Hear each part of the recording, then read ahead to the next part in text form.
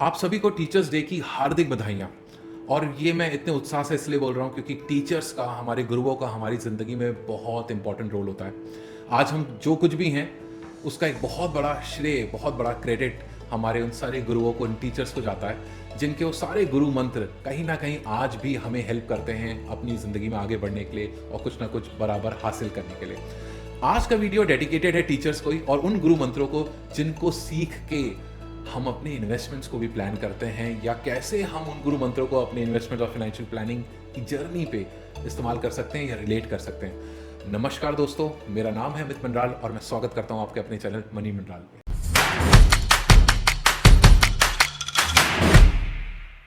सबसे बड़ी सीख या सबसे बड़ी लर्निंग जो हमने अपने स्कूल में, कॉलेजेस में सीखी वो थी हमेशा डिसिप्लिन में रहो।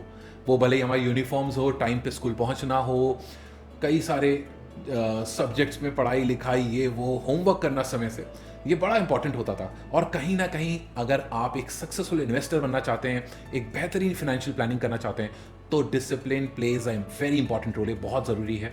और बचपन में होता था ना कि जब टीचर्स पूछते थे कि आपने होमवर्क किया है कि नहीं किया है, वैसे ही अगर आप इन्वेस्टमेंट वर्ल्ड में देखें, कोई भी इन्वेस्टमेंट्स करने से पहले, भले ही वो शेयर बाजार हो या फिक्स इनकम हो, रियल स्टेट हो, होमवर्क करना इज़ वेरी वेरी इंपॉर्टेंट।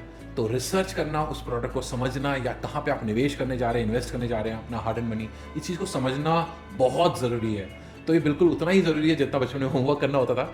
आज वही होमवर्क आपकी रिसर्च बन गया है। इस चीज़ को ज़रूर ध्यान में रखें और यही है हमारा पहला गुरु मंत्र। बचपन में हमेशा ये होता था कि भाई कई सारे बच्चे बड़ी मेहनत से दिन भर पढ़ाई करते थे स्कूलों में, और साल भर बड़े मन से अध्ययन करते थे, पढ़ाई करते थे, अपने सब्जेक्ट में पूरा ध्यान देते थे। बट कई सारे बच्चे होते थे, और शायद मैं भी उनमें से था, बैक बेंचर्स वाला जो क्लास होता है, जो कैटेगरी होती है, ये एग्जाम से पहले ही पढ़ने में ध्यान लगाते थे।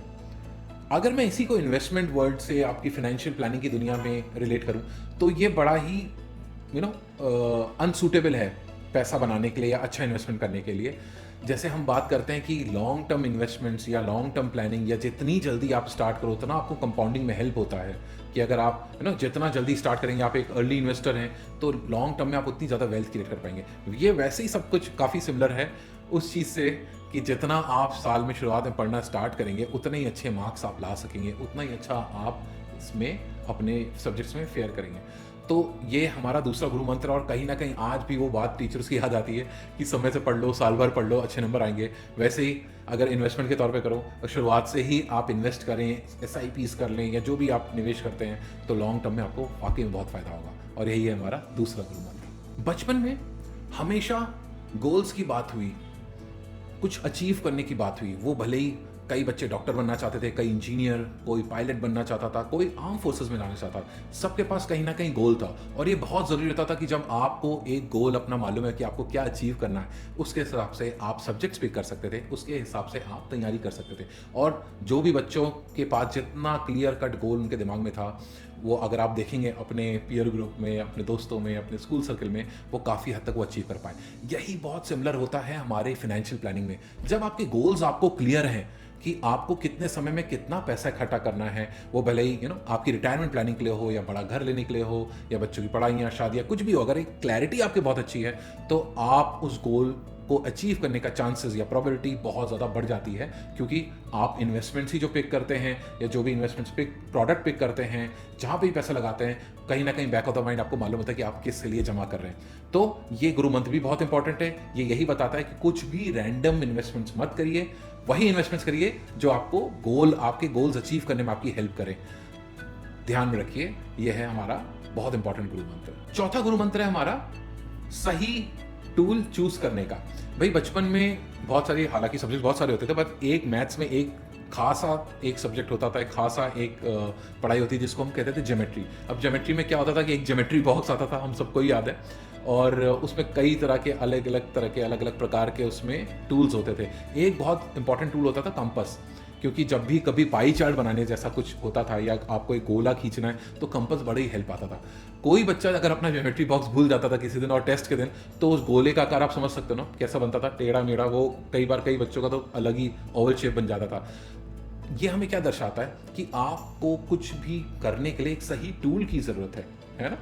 कई अगर आप सोचो, कोई कैंची से बाल काटने की बजाय चाकू से बाल काटने की कोशिश करें, गलत टूल है। वैसे ही कहीं ना कहीं अगर मैं इन्वेस्टमेंट से आपको रिलेट करके देखूं तो आपको सही टूल चाहिए अचीव करने के लिए। तो अगर आप 6 महीने के लिए पैसा लगाना चाहते हैं और आप 6 महीने के लिए इक्विटी में पैसा लगा रहे हैं, तो शायद इक्विटी राइट टूल नहीं है आपके लिए, क्योंकि equity investments long term investments के लिए ही सूटेबल है। तो कहीं ना कहीं आप समझ गए होंगे कि मैं आपको क्या समझाना चाह रहा हूँ इस गुरु मंत्र के थ्रू। सही टूल चूज करना अपने इन्वेस्टमेंट्स के लिए उतना ही इंपॉर्टेंट है जितना इंपॉर्टेंट है एक अच्छा इन्वेस्टमेंट चूज करना। Practice makes a man perfect, और ये सबसे ज़्यादा चलता था मैथ्स में। क्यों? क्योंकि मैथ्स मतलब जैसे कई सारे सब्जेक्ट होते थे, हिस्ट्री, ज्योग्राफी, बायोलॉजी, बहुत सारे सब्जेक्ट्स होते थे जिसको आप रट्टा मार मार के भी पास होने की उम्मीद रहती थी। बट मैथ्स एक सब्जेक्ट था जिसमें प्रैक्टिस ही काम आती थी। मैथ्स में आप फॉर्मूलेस तो रट सकते हो, बट मैथ्स के क्वेश्चन ही रट सकते हो। उसको प्रैक्टिकली सॉल्व करने के लिए प्रैक्टिस की बहुत ज़्यादा होती थी। और वही कहीं ना कहीं अगर आप रिलेट करता हूँ मैं इन्वेस्टमेंट वर्ड से, तो SIPs की जब हम बात करते हैं, रेगुलर छोटी छोटी स्मॉल सेविंग्स की बात करते हैं, तो इससे बड़ी बहुत सही तरीके से रिलेट होती है। जैसे ही अगर आप मैथ्स का रोज अध्ययन करते या बराबर उसकी प्रैक्टिस करते, तो साल के अंत में जब एग्जाम होता था तो आप मैथ्स में बहुत अच्छा स्कोर करते थे, क्योंकि आपकी स्पीड भी सेट हो गई है। आपको अभ्यास कर करके, प्रैक्टिस कर करके आप पूरे तरीके से तैयार हो गए। वैसे ही जब हम स्मॉल सेविंग्स करते हैं SIPs के थ्रू या डिपॉजिट्स के थ्रू, कोई भी इंस्ट्रूमेंट हो, अगर स्मॉल सेविंग्स करते हैं तो लॉन्ग टर्म में थोड़ा थोड़ा पैसा जमा करके एक अच्छा कॉर्पस एक्यूमुलेट कर पाते हैं। ध्यान में रखिए इस बात को, ये भी बहुत इंपॉर्टेंट गुरु मंत्र है हमारा। और लास्ट गुरु मंत्र है लॉन्ग टर्म अप्रोच को लेके। हमेशा अपने गोल्स को लॉन्ग टर्म नजरिए से देखिए। छोटे छोटे गोल्स अचीव करना इंपॉर्टेंट है, जरूरी भी बहुत है, बट असली अचीवमेंट आता है आपके सारे लॉन्ग टर्म गोल से।